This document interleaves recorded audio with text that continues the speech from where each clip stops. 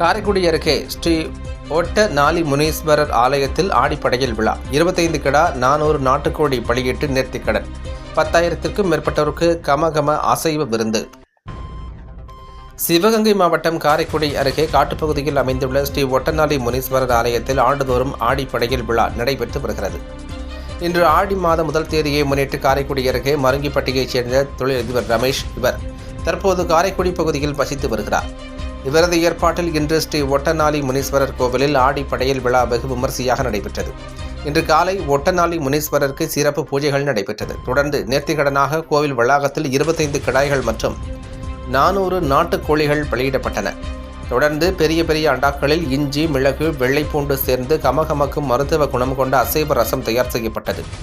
தொடர்ந்து ஸ்ரீ ஒட்டநாளி முனீஸ்வரருக்கு படையலிட்டு வழிபாடு செய்த பிறகு அனைவருக்கும் கமகமக்கும் அசைவ விருந்து வழங்கப்பட்டது.